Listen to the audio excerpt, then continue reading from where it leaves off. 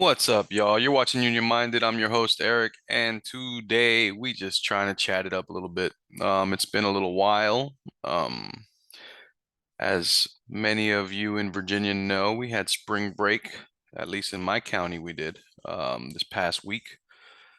We had spring break, and I took the family down to Great Wolf Lodge in Williamsburg, Virginia. I don't know if you've ever been, but if you have not gone and you've got children, you should take them to Great Wolf Lodge. It is a lot of fun. It's an indoor water park inside of a hotel. Free advertisement for Great Wolf. It was an amazing time. We really got a chance to bond and hang out and kick it and just be silly with the kids, which was amazing. Had such a good time. Other things I wanted to talk to y'all about because it's been a minute. I haven't done a video since last Tuesday. Reason being is again, I was spending time with the kids on vacation. And so taking a break from the YouTube videos was a must. You know what I mean? But there's been some things that has happened that need to be discussed, at least preliminarily, while we're kicking it. You know what I mean? It's a Sunday night. Everybody's getting ready for bed. We're having a um, little bit of a sadness because it's back to grind time come tomorrow. And I know my kids are not excited about going back to school. What kid is, right? You go on spring break, who's excited to go back to school? Nobody that I know. And it's funny because my oldest, she actually really enjoys school. So she's probably hyped to go back. But my youngest, oh my God, she is not about that life. She is not ready to go back to school.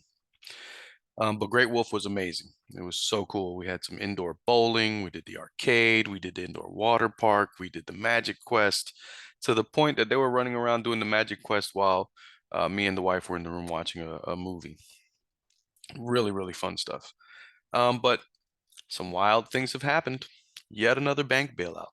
SVB, Silicon Valley Bank, flips and goes under. And what does the Fed do in 2 nanoseconds? The Fed backstops the losses and fully funds the bank.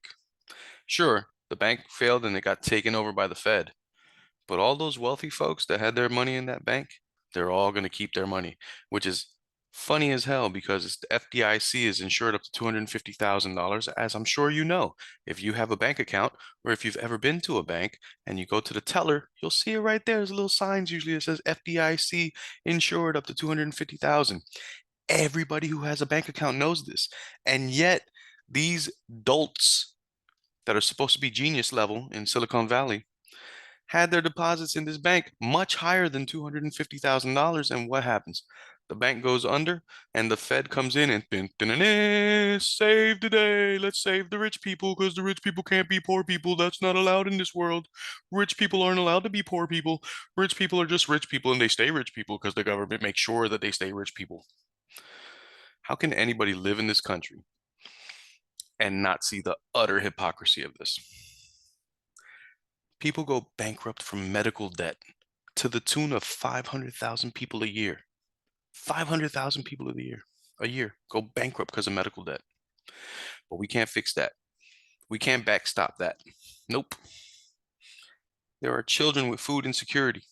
We can't help that. We can't backstop that. Nope. Nope. Pandemic came, wiped out people's finances. Can't backstop that. Nope. College predatory loans.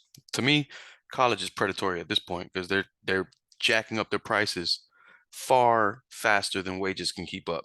So you got old timers telling you, well, when I went to school when I was younger, I only had to work the one job. I worked the one job and I went to school. I paid off my debt.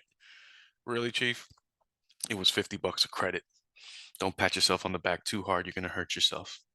Those days are long gone and you know it and you're being duplicitous when you sit there and play like you don't know it because you know it. It's so frustrating, the utter hypocrisy, I swear. But yeah, went ahead and bailed out a bank in 2 seconds flat. 2 seconds flat, bailed it right out. Wow. What else happened? Oh, Ben Shapiro. This absolute moron that people on the right look up to for some reason. This dolt, another dolt, very simple-minded individual. Uh, made a comment about free lunch not really helping with food insecurity for poor kids, and then made the obnoxious suggestion that if parents can't feed their kids, maybe their kids should be taken from them. Really, family values, right? Family values. And do you not think, Ben, that it might be a little more expensive to house a kid in a government facility than it would to maybe, I don't know, increase the amount of food that you give to poor people that can't afford it? A lot of this isn't the fault of the population. Poverty isn't like a moral failing. These aren't bad people that are poor. They're just people that were born in the wrong zip code that weren't able to find the good luck and the good fortune to navigate their way out. And he has the audacity to say that these kids should be taken from their parents. That makes so much sense. I swear the world is topsy-turvy, and I don't know what to make of it because I sit here and I think about it and I contemplate on these things and I contemplate on why things are the way they are, and it's just frustrating because these are not honest actors. This guy, Shapiro, makes buku dollars to sell nonsense to people to keep them from actually putting people in place that might enact policy that would change their lives for the better. You know what happened when stimulus checks were given out and when the child tax credit was implemented? You know what happened? Childhood poverty was reduced by 50%. You know what that means? Poverty is a policy choice, and it's a policy choice that's been made over and over and over again to the detriment of the working people. But this has been going on since the beginning, since the start of this grand nation, with liberty and justice for some, although they'll sit there and say for all. It's not for all, it's for some. If you can afford it, you get it. If you can't afford it, tough luck, you get jail or the streets, homelessness. Nobody cares. Nobody cares. Nobody in power, anyway. They'll let you just fall through the cracks and die for all they care. But if the workers are to stand together and put their hands in their pockets, oh, all of a sudden they all care. Look what happened with the railroad workers when they went to try to go on strike. The government stepped right in and said, no, no, no, we cannot stop commerce. We cannot affect the rich people. But here's what I have to tell you. And it's a theory that I thought about, and I'm sure I'm not the first one to come up with it because I've seen the quotes that say all the working person has to do is put their hands in their pocket. But really think about that. If working people decided to coalesce around an idea, like say, screw the rich, this is nonsense and we're done with it. If they were to say, do that, right? And let's say now your landlord wants to kick you out of your house. Well, the landlord needs a working person to come and actually kick you out the house. Unfortunately, the police are the kind of the enforcement arm of the wealthy capital class. So, unfortunately, until they realize that they're just lowly workers as well, we'll be in a boat where they'll be used against us. But imagine if the police actually realize that they work for a living, just like the rest of us. And when that capital person says, evict these folks, the police say, nah, you do it. Or what if you stop paying your electric bill, right? And then Dominion goes, we're going to cut off their power. Well, somebody's got to hit the switch to turn off your power. What if that working person says, not going to do it? You see where I'm getting at? If working people would just coalesce around the idea that we all work for a living and we're all getting screwed, if we just coalesced around that notion, things would change like that. But how do you get there? How do you get there when we're all propagandized from grade school and in our media? And the news doesn't give you the actual hard truth. And you actually have to search for accurate history. And you have actively people trying to erase actual history, like in Florida, where they don't even want teachers to teach about history, really, where they're whitewashing Rosa Parks' story about why she actually didn't get up and move to the back of the bus. Or where in Virginia here, they're trying to erase labor history from education, black history from education.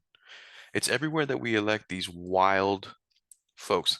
Look at I don't know where she is, but the governor, Sarah Huckabee Sanders. Can't off the top of my head, I don't remember what state she won the election to be the governor. I don't know what state actually put this lady in office, but somebody decided it was a good idea. And what did she do? She signed a bill that loosens up child labor restrictions, lets companies hire children at a younger age or whatever it is. Yeah, because that's always been good. Child labor's been such a great thing. And then you have the other governor that just signed that school lunches and breakfasts are free for everybody. And they had these two pictures side by side, right? Both governors signing those bills. And in the one with Sarah Huckabee Sanders, you can see the kids all kind of mean mugging a little bit, while the adults in the room are like, "Yeah, way to go." And in the other picture with the other governor that did the free lunch bill, all the kids are hugging him like, "Thank you, you're saving a kid. Thank you. We don't have to be so hungry anymore." This is the type of contrast that I'm talking about, man. All we got to do is realize we're on the same level. We're all in the same boat. We all work 5 days a week, 40 hours a week, which is ridiculous. But what's it going to take? What's the right combination of words to get people to understand that? And I don't have the answer, but I'm trying, man. With every one of these videos, I'm trying. Wake up one by one, wake somebody up, make them think just a little bit different. And perhaps if we're able to get enough people to think just a little bit different, we can possibly affect change. I try to do it by my example and how I live my life, and I hope it affects somebody. Based on the comments that I get on this channel, I would say that I'm having a positive impact, and I love when the right wing folks that are lost in the forest get mad and lash out because it lets me know that I'm striking a nerve and perhaps I'm making them think a little bit too. And that's the aim, just to get you to think a little bit about what we're really facing, because we're really facing some hard times. Levels of income inequality that have never been seen before. 60% of Americans living paycheck to paycheck. 60%. You know how high that is? That's a very, very high number. And I guarantee you, if we keep going the way we're going, that number is only going to climb. And I think that's the aim, which is really terrifying. Because I read that long ago and I thought it was nonsense that the idea was to have two classes, the wealthy and the working poor. And we're well on our way in that direction. The two are splitting, all right? The wealth gap is growing.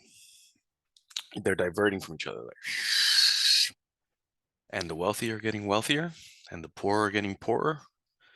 And with the advent of technology taking over jobs, what's going to happen with all those poor people? I guess we'll see when we get there. Anyway, my name is Eric. You're watching Union Minded. Remember, the fight's not left and right, it's up and down. It's going to take solidarity to win always. Each one teach one, get out there and reach one. And remember, there can be no union without you and I. Front and center. Peace out.